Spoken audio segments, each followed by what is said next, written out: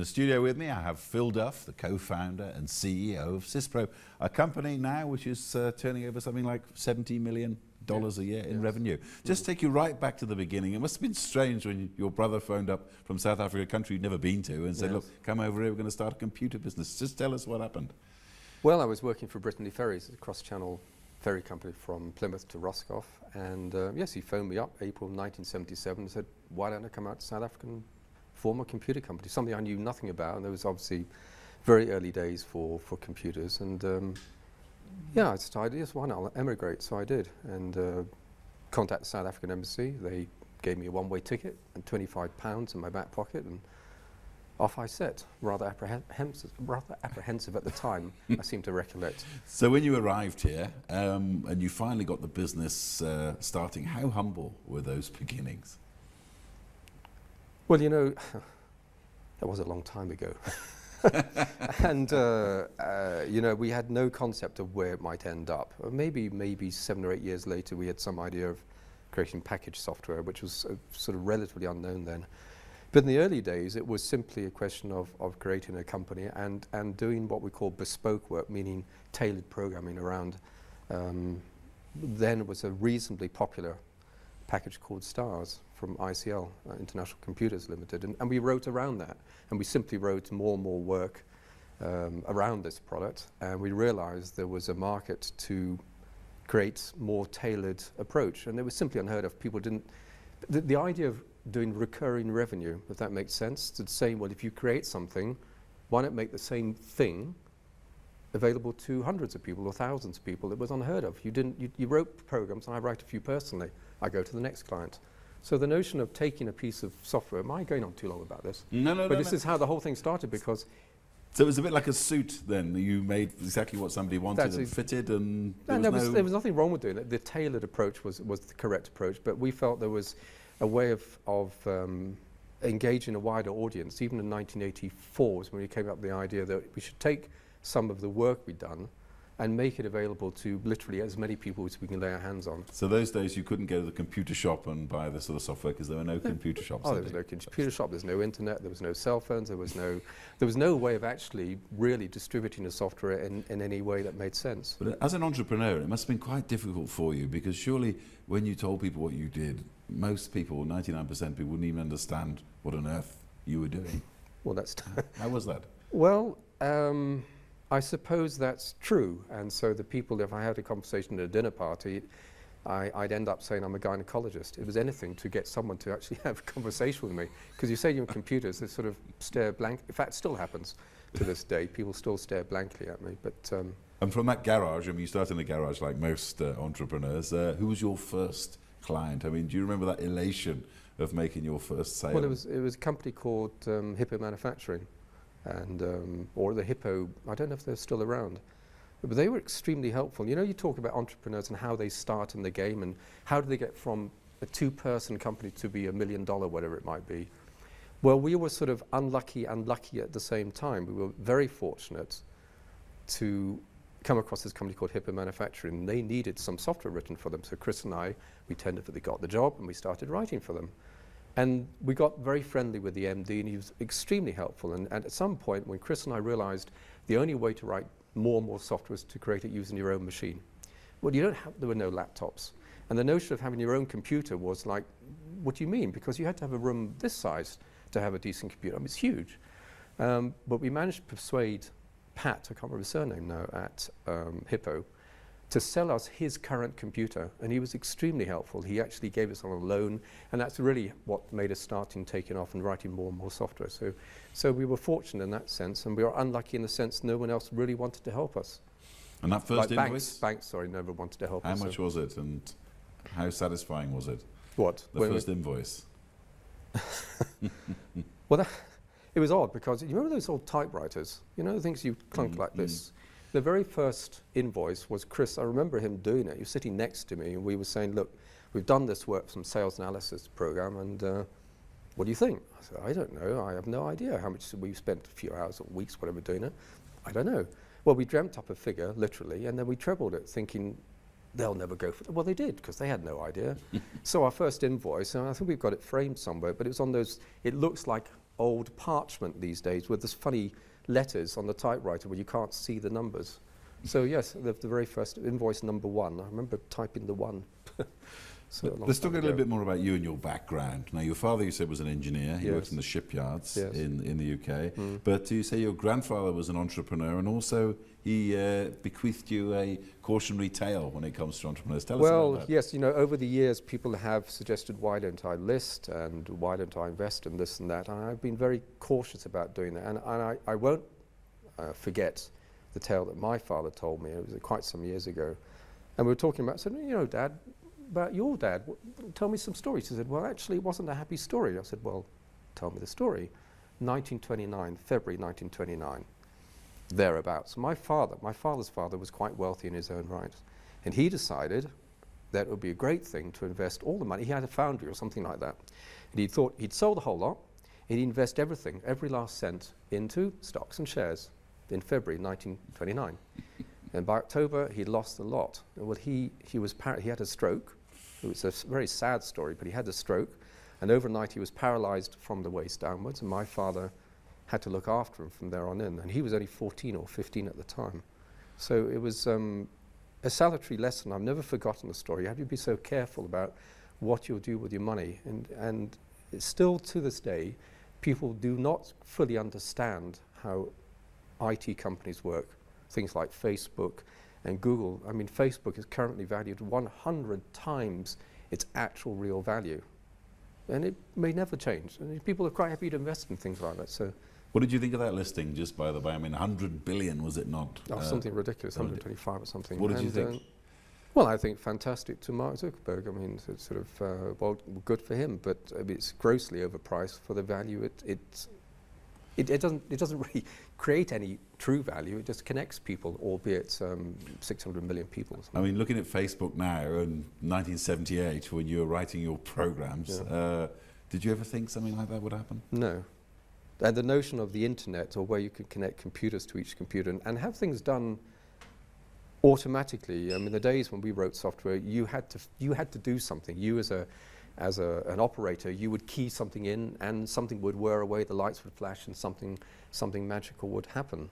But the notion of having these machines connected together and having something in your hand, I mean, a cell phone today has more computing power than about 10 times of the computers I used to work with in 1978. So it is a remarkable, in 34 years, how much the industry has changed.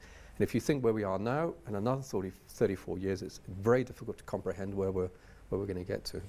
Now, we're going to talk a lot more in the second half about the market and where your company is going. But, I mean, do you see this as the rest of your working life, what you're doing? Oh, absolutely. Every morning I wake up, and I don't know about your job, and you interview, you told me you've interviewed a lot of people, and you wake up in the morning, you've got another interview. Do you say to yourself, oh, God, not another interview? Or do you think, you know what, there's another interview, another interesting angle? And I wake up every morning thinking, this is the first day of Syspro. Does that make sense? It's almost like a startup, and I keep viewing it like that. And I don't know why I view it like that, but I view it like a company that's about to get out of the starting gate, not one that's actually quite a mature company.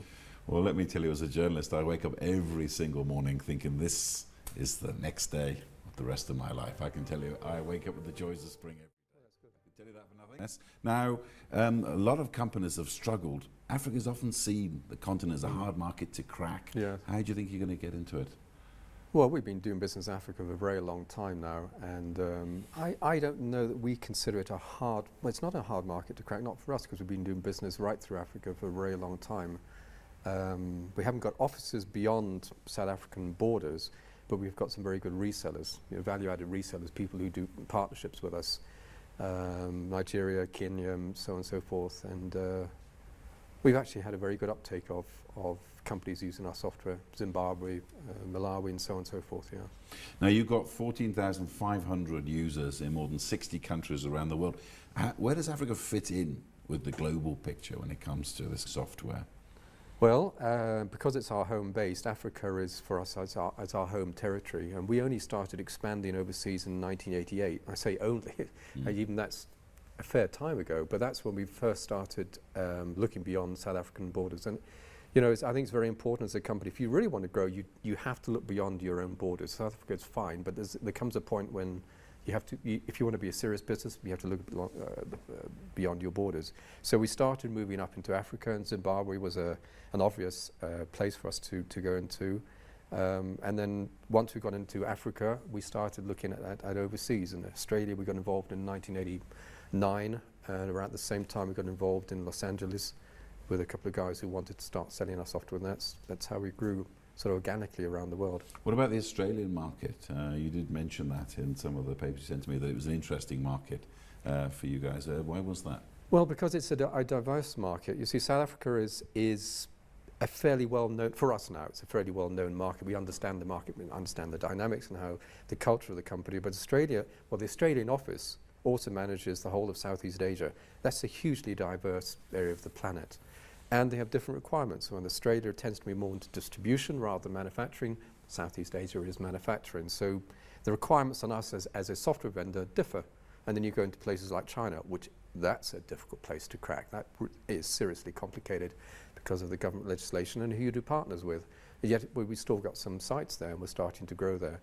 But those are difficult countries to crack. How lucrative is that market in China, you think, from what you're... Well, it has the potential to be absolutely huge. But it is a very difficult one. They're quite parochial. Government tends to favour local Chinese software houses, so it becomes very complicated to get inroads. We've been successful going in with multinationals because they prefer a thoroughbred product. And products stood the test of time. It's got some legs. We've been around 34 years, so we're likely to be around for another 34 years. So multinationals has been our way of getting into China. And what about your penetration of the market? I mean, how big size of the world market would you say still uses ledgers and pencils? You know, doesn't even use your kind of software? Well, it's surprising actually. We to this day, I mean, we're in the 21st century, and we still come across customers running decent-sized businesses running on Excel or a Microsoft Access database, and we think, how on earth do they survive? Well, the answer is they don't survive.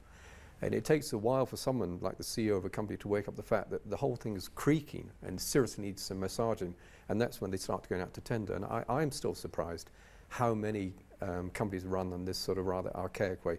Having said that, we now come across quite a lot of companies who are on their third or fourth iteration of some ERP or some manufacturing package. And you probably think, third or fourth, why are they changing? Well, because they haven't chosen wisely, and they've gone through this iteration of going through some implementation, and it's failed miserably, and there are some very classic implementations that failed spectacularly in South Africa.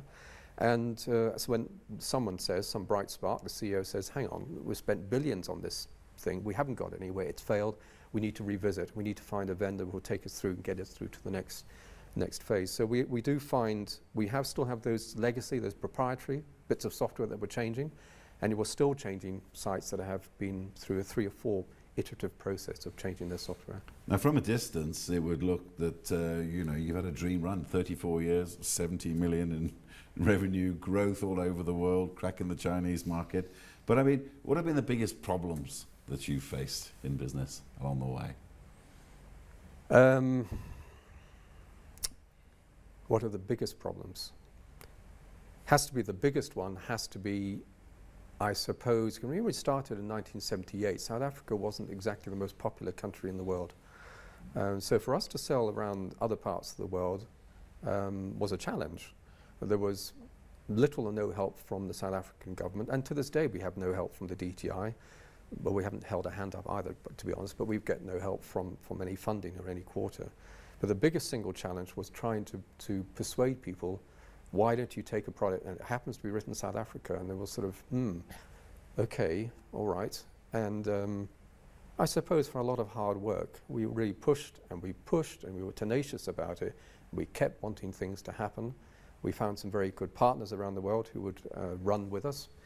And but that was the biggest single challenge. The other challenge, I suppose, looking back over a long time, was the singular lack of help from anybody.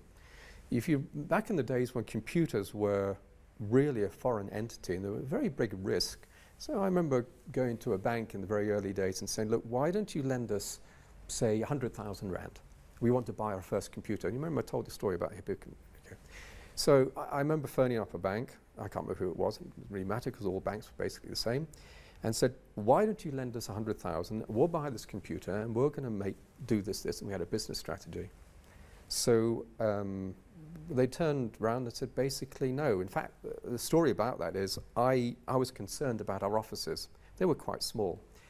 And so there's a little bit of a story here, which is what not to do, by the way, to try and get funding. This is what not to do. So you have a small office and you think, if I'm going to get the bank to come in to see me, he's going to look at the offices, why would I want to do business with you? You only got 4 people. So I knew the guy next door. And I said to Asher, who's a very good friend of ours at the time, and he ran a consumer electronics firm, can I use your offices? I'm going to phone the bank manager. He can come to your offices and we'll sort of pretend that these are my offices. And that's exactly what he did. So we turned all his photographs of his family, we put them down, put my photograph into his nice big plush office. The appointed day came and the bank manager arrived and he was shown in by Asher, this chap, into what was purportedly supposed to be my office. And this guy is looking around and looking at my office saying, yeah, this is a very nice office, but I don't understand, Mr. Duff. I thought you wanted a computer. Yes, we do. But you're a software house, aren't you? Yes. Well, why does it say consumer electronics on the door outside? And I sort of, the game was up. The game literally was up. I was thinking out of a movie. He sort of stood up, gave me a very bad sign, and walked out the door. Times were tough because the banks, they just didn't want to know you. Did you want to pack it up then, that time? No. Not That's at all. when we were very fortunate. That's when I think the next day I happened to be chatting to this guy at Hippo Manufacturing. I said, look, we have this problem. The banks turned us down. He said, no problem, Phil. We'll let you have our computer. So you were unlucky, and we were lucky at the same time. Okay, well, great lesson there for all entrepreneurs. Thank you very much, Phil Duff, the CEO and founder member of Syspro, for your insights on this show. I'm afraid that's all we have time for this week.